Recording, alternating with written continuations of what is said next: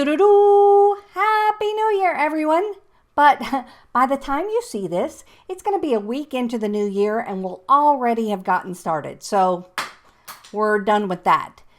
I just wanted to introduce you to a new thing we're doing for the new year, and that's these daily nerd weekly podcast, I don't know what they are. They're these little videos I'm going to be doing with tips and tricks to get you through the week using technology with all kinds of fun holidays and fun apps and apps you need and all kinds of things. So this first one you're going to be seeing after the week has ended, but from now on, every single other one I'm going to do is for the week ahead. Plus, stay tuned till the end of each one because I have a secret guest every single week with a funny little finish. Dun-dun-dun. All right, so let's get started reviewing the week that was the first week of January. This week, I wanted you to know that on Tuesday, it was the Festival of Sleep Day. And every year we celebrate the ability to get a good night's sleep starting off the year. That's why I like the app Luna. Now Luna was, I think it was Android's app of the year last year. And it's different from the different apps you have to help you go to sleep. Luna doesn't ask you to help listen to white noise or anything like that. It gets you ready with a little activity that turns your brain into something that is receptive to going to sleep. Here I have the website. It's little screen or sleepscapes that they're doing. That's what they call them. And they're little activities. It's coloring. It's listening to stuff, listening to stories. And Android last year Google Play called it one of the best apps of the year. So it's worth giving a try, especially since in the new year, it's a good chance for us to reset our clocks, our internal clocks, to sleep better. All right, the second revelation for the new year is that the first week of January is Home Office Safety and Security Week. Yes, indeed. So I'm going to give you some home office tips that aren't necessarily all safety and security. They're more about working at home and having a home office that's right for the new year. The first thing, though, is about home office tips for security. You need a VPN, a virtual private network. Even if you're at home, you need a VPN. A VPN will protect you from attacks, from someone trying to get into your Wi-Fi, from different malware coming around, I don't know, all kinds of different things. And it's important to get into the VPN habit because when we start hanging out in public places for Wi-Fi again, like airports and coffee shops, we need to have this habit. So I use this one. It's called Nordvpn. And Nordvpn, the reason I chose it is because it has a very reasonable price for multiple devices. And I just heard that Nordvpn is vastly expanding its server base so that it is going to be a faster tool in the new year. So I appreciate that very much. Now, the one that comes in very high as well is Expressvpn. And Expressvpn actually comes out number one on all the things. I just didn't get it because I wanted to have multiple options for downloading it on different devices. So I didn't use Expressvpn because they're a little bit more expensive, but those two are usually 1-2 in the list. Another thing I want you to think about in terms of home office tips is your sound. Now, seconds ago, my kitten jumped up on my lap and I was able to kind of elbow her out of the way, but the dogs, the kids, all these distractions that are happening in our homes are changing the way we're appearing in video conferences. That's why I like these two tools. This is Crisp, and what Crisp does is it works on your computer to monitor and get rid of those noises. So here's a barking dog. If you can, try to show more of yourself. Push your camera. So you heard the barking dog. Now I'm going to turn Crisp on.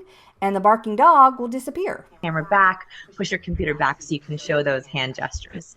Don't be afraid to just to get into a nice outfit. Now, luckily, my cats are a little bit quieter than a barking dog, but these are the tools you can use to set that audio. Now, I have a secret. Let me show you. In Zoom, which we are all using, they have advanced settings. Upgrade to the most recent version of Zoom, and they just released this in the last part of last year. And Zoom now has some of those settings to get rid of the barking dogs in the background. So you can actually, you don't even need crisp, you can do it in your Zoom capability. All right, let's talk for a second about challenges we have with home office setups. I just want to give another pitch. You can find more of this information on my website, but I just want to give you another pitch for using an external microphone and using external lights and using better cameras. So 3 things. Number 1 is, if you are using a green screen, folks, use a green screen. Don't just try to use a virtual background. I'll show you right here.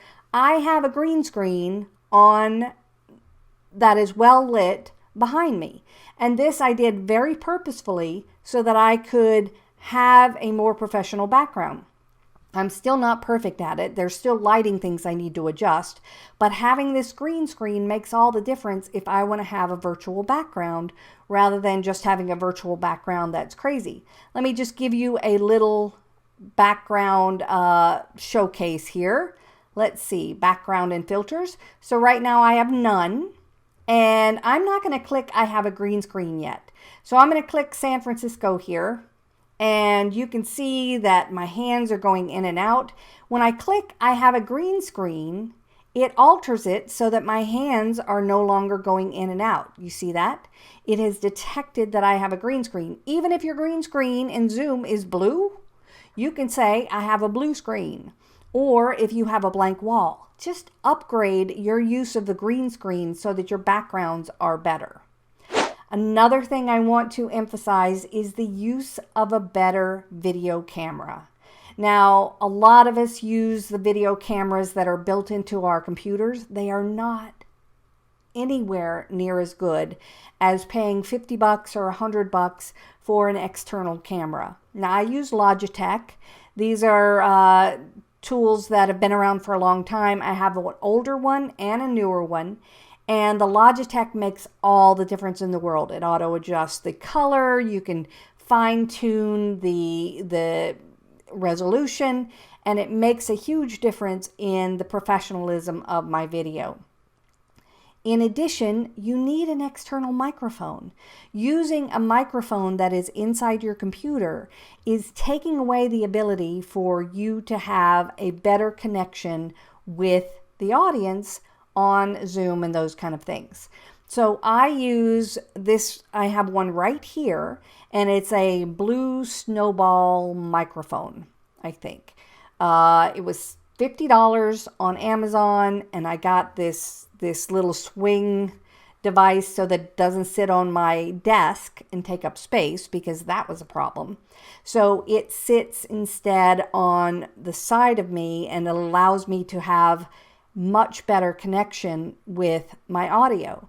The closer you can get your mouth to the microphone, the better off you're going to be. So even if you use headphones and the microphone and the headphones that came with your phone, you're going to be better off. All right, that was the first week of your Nerdy Best Friends Daily Nerd podcast, videocast, update thingy. Now, as I promised, here is a super secret speaker guest with the joke of the day. If all the superheroes formed a baseball team, who would get the most home runs? Batman! Na na na na na na na.